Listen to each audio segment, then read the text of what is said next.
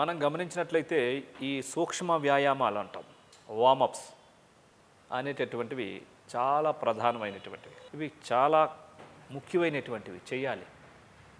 మనం గమనించినట్లయితే కొన్ని గేమ్స్లో, అథ్లెటిక్స్లో క్రికెట్ ప్లేయర్స్ కానీ, ఇకపోతే హాకీ ప్లేయర్స్ కానీ, ఫుట్బాల్ ప్లేయర్స్ కానీ, ఇకపోతే ఎనీ జిమ్లో కానీ, యోగాలో కానీ, ఆ యొక్క క్రీడ, ఆ యొక్క సాధన ప్రారంభించడానికన్నా ముందుగా శరీరాన్ని పూర్తిగా సూక్ష్మ వ్యాయామాలతో చేస్తారు. తద్వారా శరీరంలో అన్ని మజిల్స్, అన్ని జాయింట్స్, అన్ని నర్వస్ సిస్టమ్ల మధ్య మంచి ఫ్లెక్సిబిలిటీ ఏర్పడుతుంది. అంటే కొన్ని ఆసనాలు చేసేటప్పుడు కానీ, కొన్ని ఎక్సర్సైజ్లు చేసినప్పుడు కానీ, కొన్ని గేమ్స్లో డిఫరెంట్ భంగిమలో శరీరం ఉంచాల్సి వస్తుంది. కొన్ని గేమ్స్లో అట్లా పడిపోవాల్సి వస్తుంది. సుమారుగా ఒక 4 పర్లాంగులు పడిపోయి అతను అట్లా వెళ్ళిపోతూ ఉంటాడు. లేకపోతే డిఫరెంట్ యాంగిల్స్లో బాల్ పట్టుకోవాల్సి ఉంటుంది. లేకపోతే కొన్ని ఆసనాలు పూర్తిగా ట్విస్ట్ అవ్వాల్సి వస్తుంది.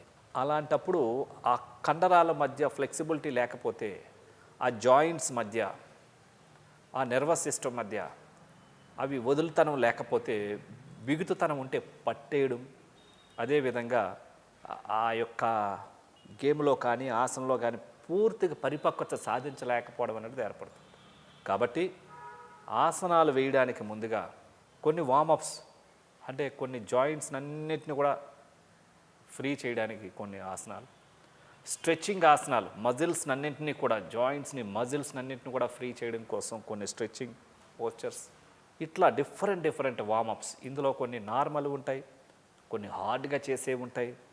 ఇవన్నీ కూడా ముందు చేయడం ద్వారా శరీరాన్ని దాన్ని సన్నిద్ధంగా ఉంచడం, చేయబోయే ఆసనాలకి సిద్ధంగా ఉంచడం, తద్వారా కండరాలు పట్టేయకుండా ఉండడం, ఆ ఆసనాన్ని సులభంగా వేయడానికి, ఆ ఆసనంలో ఫ్లెక్సిబిలిటీ రావడానికి శరీరాన్ని సిద్ధంగా తయారు చేసేవే ఈ వార్మప్స్. ఈ వార్మప్స్ చేయడం ద్వారా బ్లడ్ సర్క్యులేషన్ చక్కగా ఉంటుంది, అన్ని జాయింట్స్ అన్నీ కూడా ఫ్రీ అవుతాయి, అన్ని మజిల్స్, అన్ని కండరాలు కూడా వదులుతనం ఏర్పడతాయి, స్టిఫ్నెస్ పోతుంది, ఆక్సిజన్ ఫ్లో అంతా చాలా బాగుంటుంది, బ్లడ్ సర్క్యులేషన్ ఫ్లో అంతా చాలా బాగుంటుంది. ఆ యొక్క సూర్య నమస్కారాలు కావచ్చు, ఆసనాలు కావచ్చు, ఎక్సర్సైజులు కావచ్చు, ఆ గేమ్స్ ఏవేవైతే ఉంటాయో వాటిపైన పూర్తిగా ఫ్లెక్సిబిలిటీ రావడమే కాకుండా, సందర్భోచితంగా కొన్ని ఏవైనా జరగకూడను జరిగినప్పుడు కూడా శరీరం దాన్ని హీల్ చేసుకుంటుంది రెడీగా. మొన్న ఒక అతను ఆఫీస్లో సెంటర్కి వస్తూ సెల్ ఫోన్ పడిపోయిందని కిందకు వంగాడు. కిందకు వంగడం ద్వారా వెన్ను పట్టేసింది. అతను 2 నెలలు 3 నెలలు రెస్ట్లో ఉండాల్సి వచ్చింది. అదే స్పైన్ వార్మప్స్ రోజు చేస్తున్నాడు అనుకోండి, ఫార్వర్డ్ బెండింగు, బ్యాక్వర్డు, ఇట్లాంటివన్నీ చూస్తే అది జరగకపోవచ్చు.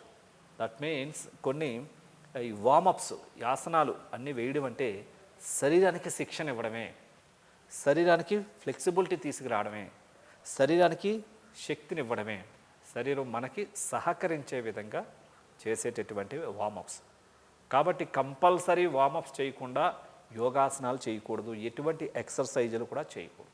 ఈ వార్మప్స్ చేసినట్లయితే బాడీలో స్టిఫ్నెస్ పోవడమే కాకుండా చేయబోయే ఆసనాలకి ఇది సిద్ధంగా ఉంచుతుంది, సహకరిస్తుంది, ఈజీగా ఉంచగలుగుతాం.